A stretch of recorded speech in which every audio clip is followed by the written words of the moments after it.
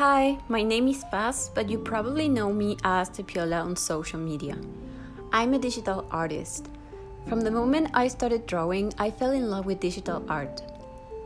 I like to create very expressive characters and play around with shapes and colors.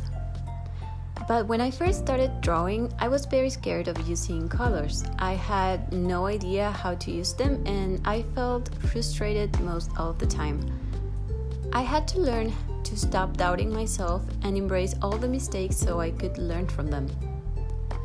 After many years of practice, painting has become a lot of fun. I want to teach other artists what I learned during all these years so they can also express themselves through their art and have fun in the process. In this course, you will learn the basics of painting and how to create a unique character from scratch.